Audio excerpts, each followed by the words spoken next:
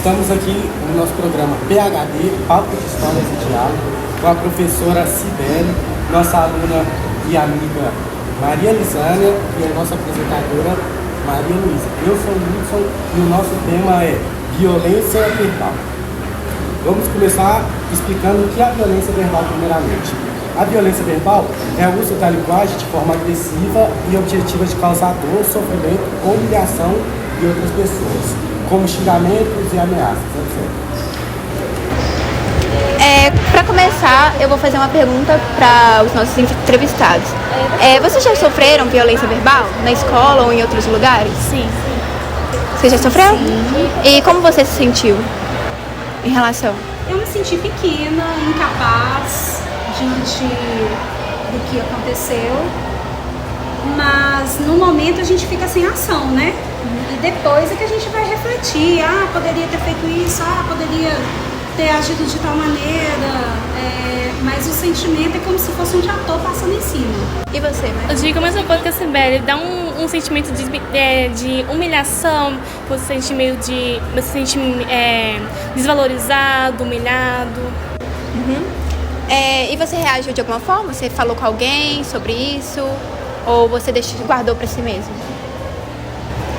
Bom, porque assim, né, ao longo da minha vida foram vários momentos, porque a gente tem momentos bons e ruins. Então, por exemplo, numa parte do que eu recordo, eu falei, não precisa falar tão alto, não precisa gritar. Em outros momentos já aconteceu de observar, né, e esperar e ter um momento melhor para poder conversar, esperar a pessoa acalmar. Porque eu acredito também que a violência verbal, ela não acontece só quando a pessoa deseja. Sim, às vezes é intencional, né? Às vezes até intencional. E isso depende muito do controle das calor emoções, no momento, do né? calor do momento, de como que as pessoas hoje conseguem se autorregular. Porque a gente fala, por exemplo, de autonomia, nomia, lei e auto você mesmo. Então, você colocar leis para si mesmo, então a sua autorregulação, regular suas emoções, regular suas atitudes, não é tão simples assim, né? É muito falado da importância da gente ter uma educação emocional. A inteligência emocional hoje, muitas firmas, muitos lugares, empresas, na escola, hoje está sendo trabalhado através do projeto de vida, é muito falado isso, mas é tão complicado a cada um trabalhar as suas frustrações para não descontar no próximo. Então, num momento como esse, às vezes a gente aguarda, espera o calor do momento passar e conversar com a pessoa. Entendi. E você? Alguma vez você já acabou praticando a violência verbal com alguém, colega? Sim. Foi no momento de estresse, né, que eu acabei me descontrolando, não controlei minhas emoções, acabei não pensando e acabei agindo de forma agressiva com a pessoa. Mas depois eu conversei com ela, resolvemos, ficou tudo certo. Você se arrependeu das suas ações? Tá. E você já praticou também? Claro, somos humanos, né? E a gente erra o tempo todo. Mas a gente conseguir pensar o tempo todo no que vai dizer, em como vai dizer, nós não somos, né, assim. Nós somos emoções puras, né? Essa emoção, ela precisa ser regulada, a gente precisa ter uma atenção maior? Claro que precisa. Então, assim, só que não é tão simples, né? Se fosse assim, o mundo seria incrível, né? Incrível. Ninguém machucaria ninguém com palavras, né? Ou até mesmo com a forma. Você pode falar palavras bonitas, mas a maneira como você fala, você pode estar machucando. Passivo-agressivo, né? Passivo-agressivo. Sim. Então, é claro que sim. Eu já me arrependi. E quando isso acontece, eu peço desculpas. Eu paro para pensar. Então, e existem várias formas, né? Às vezes até aquele momento em que você levanta um pouco mais a voz, você não sabe o que o outro está passando e como que ele vai perceber isso. E não somente na questão da gente analisar aquele que está na locução, aquele que está falando, a gente tem que analisar também a escuta. Porque, às vezes, muitas das vezes, a forma como você conversa depende muito da forma que se escuta, né? E isso também não trazendo uma culpabilidade para aquele que está sofrendo. Mas a inteligência emocional, ela vem também da compreensão, não só das nossas atitudes, mas tentar compreender como que o outro está se sentindo naquele momento. A empatia, né? O que ele está passando, para saber o que dizer. Porque às vezes você está com a intenção de conversar, mas aquele momento não é o momento propício. Então, né, dar uma aliviada, se guardar um pouquinho, preservar para depois, né, estabelecer a conexão com o próximo. Mas teve algum momento em que você agiu assim, mas foi proposital? Você tinha a intenção de machucar aquela pessoa? Não? Você nunca teve? E você, professora? Já? Né? Porque, né, gente? Às vezes tem um sangue aqui, né? Quem nunca, né? Vamos colocar mãe, esposa. E assim, claro que a gente não tem que usar isso como recurso. Claro que a gente, mas infelizmente, né? Humano, demasiadamente humano, como diz Nietzsche, né? Então, eu preciso estar o tempo todo me regulando, prestando atenção nas minhas emoções. E é claro que eu posso dizer que a Cibele de hoje não é a mesma de antigamente. Eu hoje, com a idade que eu tenho, eu não ajo com a mesma idade quando eu tinha 15 anos, brincando com meus irmãos, ou com 20 anos, ou com 20 e poucos anos no meu casamento.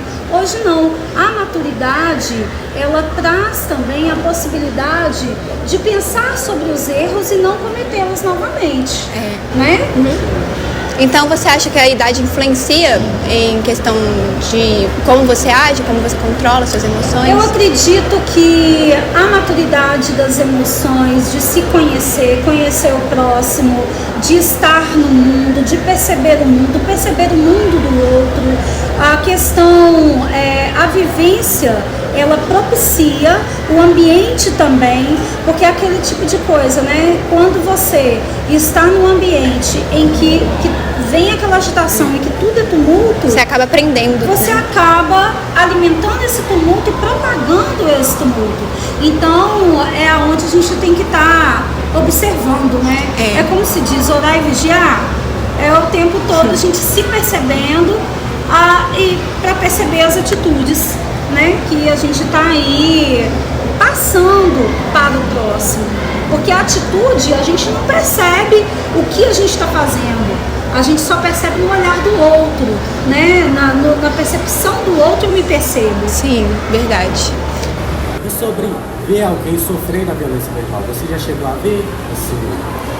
Como foi? Você teve alguma reação? Você pensou em ajudá-lo? Você pensou que era algo normal?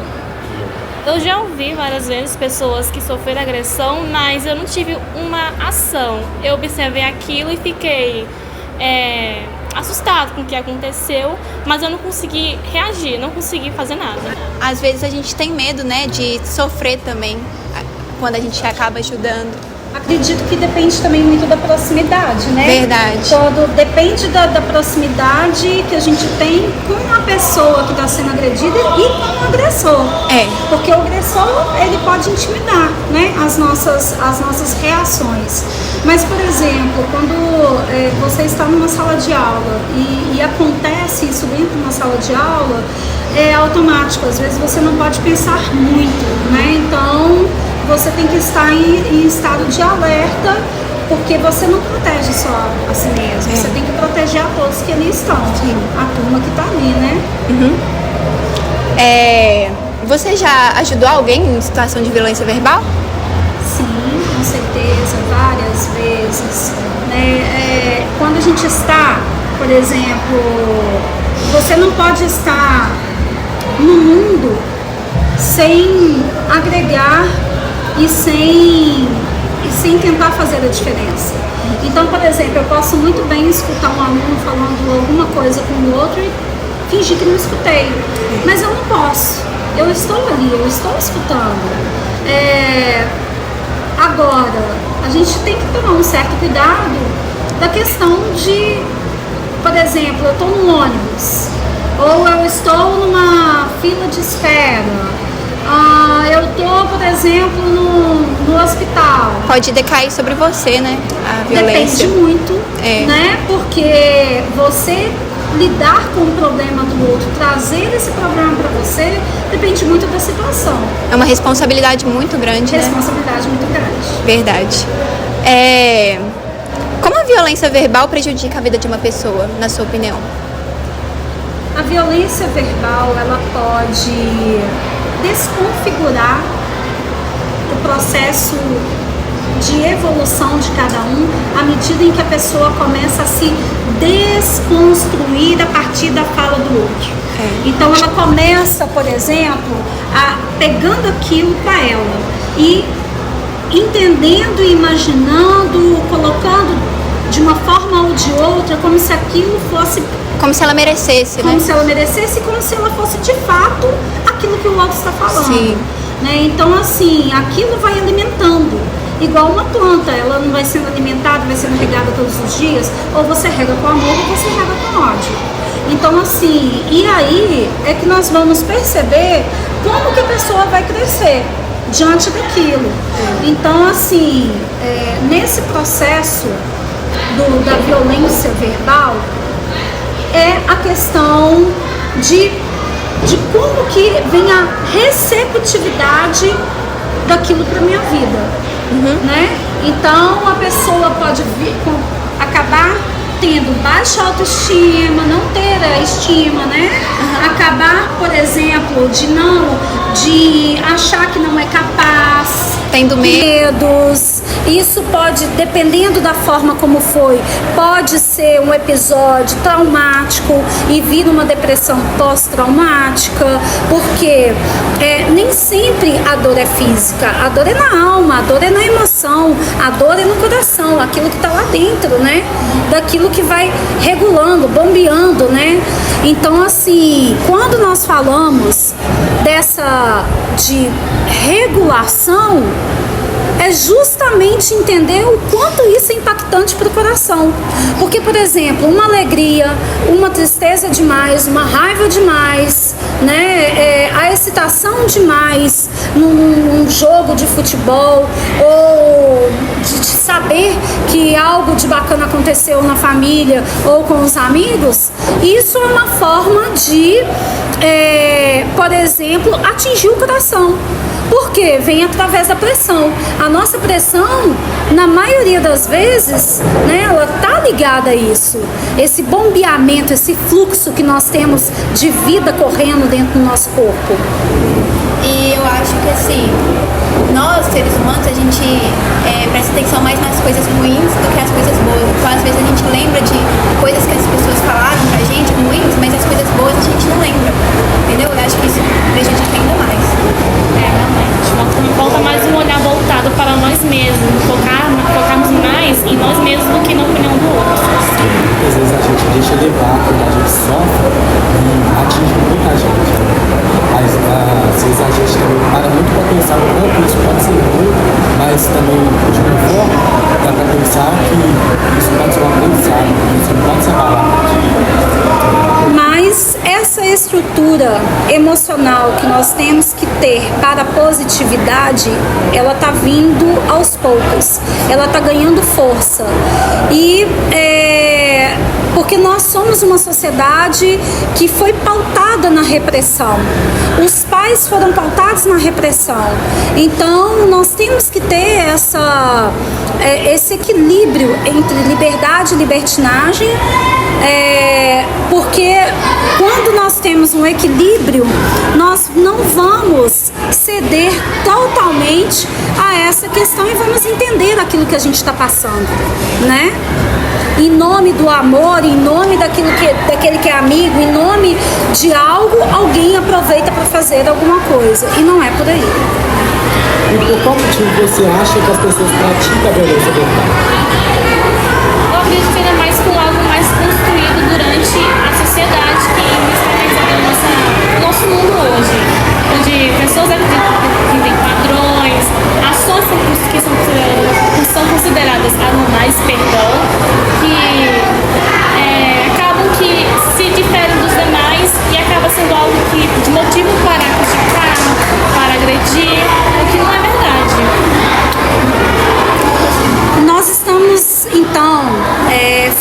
aqui de pessoas que querem aproveitar do ponto mais frágil de alguém para poder atingir. Ele quer ser forte a partir da fala, ele quer ser forte a partir da violência, daquilo que ele não deu conta de trabalhar, ele quer Se mostrar superior. se mostrar superior. Então é muito baseado nisso. Eu, aliás, acho que a gente aprende muito na infância. Então, quando a gente vê isso acontecendo dentro de casa, na escola, vê nossos pais brigando, utilizando a violência verbal, a gente acaba aprendendo e enraizando isso dentro da gente. Então, a gente acaba praticando, às vezes, sem nem intenção de praticar. Entende? Respondendo nossas ações. Sim. Então, é a questão da autorregulação que nós ainda precisamos aprender, porque a gente não aprende, né? As emoções são a parte mais difícil de se aprender a viver, né? De se aprender a estar no mundo e lidar com elas, diante do mundo, diante do outro e diante de si mesmo. Então,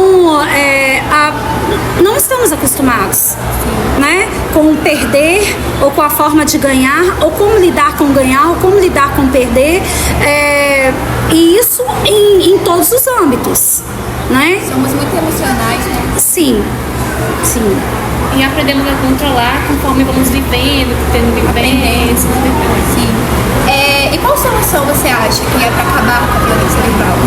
Você acha que... Já é o caminho que está sendo construído a partir da educação, né? A partir da educação com disciplinas voltadas, né?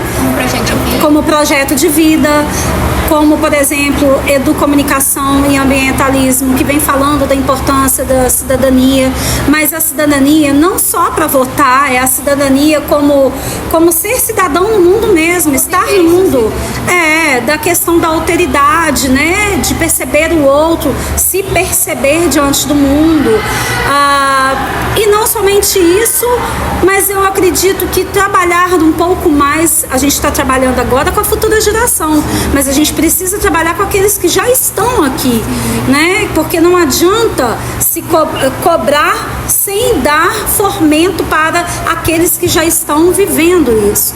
Então, projetos, trabalhar, por exemplo, através de movimentos culturais, porque onde há cultura não há violência.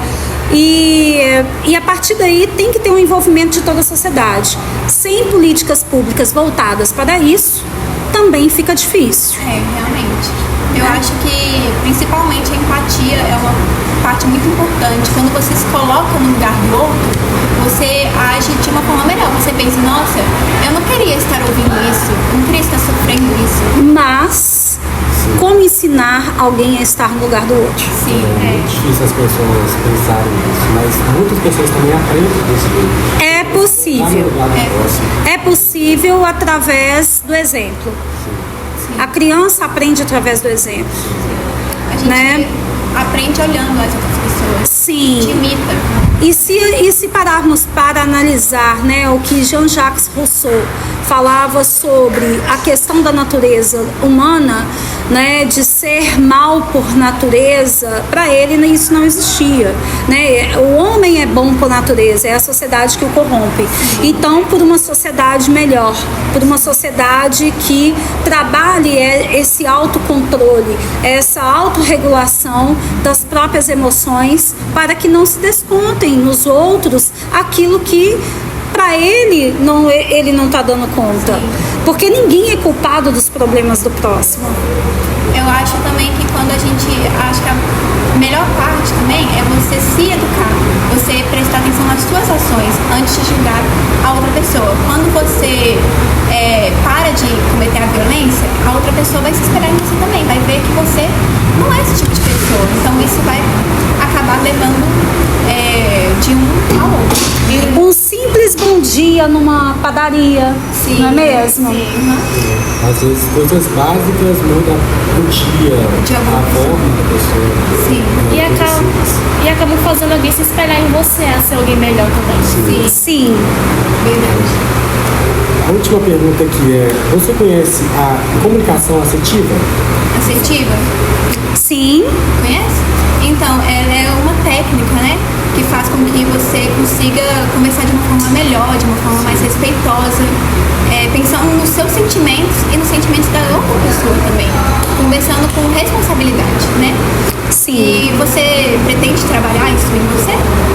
Você já trabalha isso em você? Eu posso dizer que muito da Cibele que está aqui enquanto professora já mudou bastante como eu era antigamente, né? Buscando compreender mais o outro, né? E tentando regular aquilo o que eu tento falar, tento passar para que ele entenda.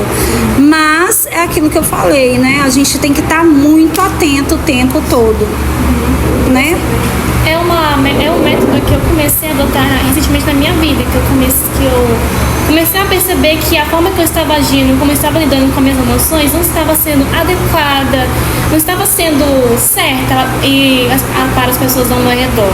Aí eu comecei a adotar, sempre acontece alguma coisa, eu espero um pouquinho, respiro, me acalmo e aí eu converso com a pessoa e resolvo. Se eu tiver feito alguma coisa que machucou ou que atrapalhou o ambiente, eu peço desculpas e procuro melhorar.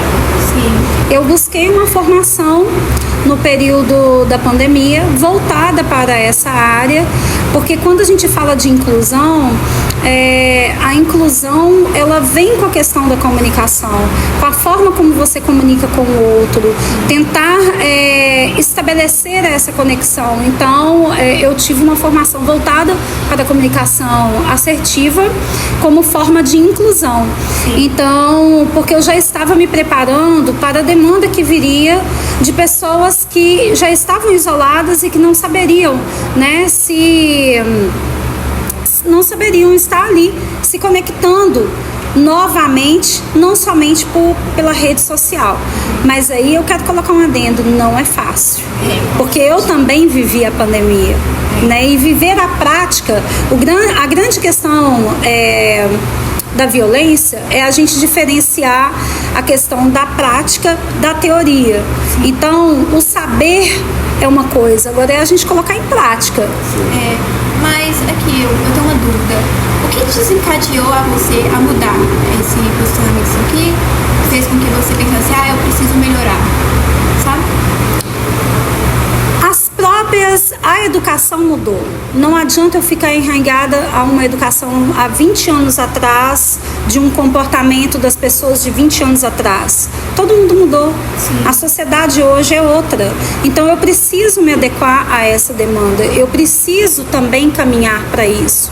Eu preciso mudar as técnicas. Da mesma maneira, né, que não é mais somente livro, hoje nós temos uma gama de outros materiais, recursos pedagógicos, temos uma série de oportunidades para trabalhar de maneira diferente. E uma delas é através de uma comunicação mais próxima do aluno. Sim. Então foi isso o vídeo. Espero que vocês tenham gostado do nosso programa e aprendam mais sobre como a violência faz mal para todas as pessoas. Oi, eu sou Ana Ri e estou trazendo alguns relatos anônimos de pessoas que sofreram violência verbal. Primeiro, já sofri bastante bullying na minha outra escola e é realmente desanimador, mas com o tempo você acaba se acostumando. Segundo, a minha experiência com a violência verbal foi uma das piores experiências que já tive. Por exemplo, já tive baixa autoestima devido às críticas que me fizeram, ansiedade e medo porque eu não sabia se iria se repetir ou quando iria acontecer novamente. Terceiro, ao longo da minha vida tive experiências tanto como quem praticou quanto como quem sofreu violência verbal.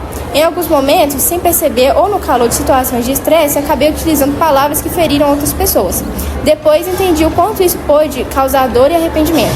Por outro lado, também já fui alvo de violência verbal. Sei como as palavras podem machucar, desmotivar e até afetar a autoestima e o bem-estar emocional. Essas situações me fizeram refletir muito sobre como a comunicação tem poder e sobre a importância de ter mais empatia, controle emocional e respeito nas relações.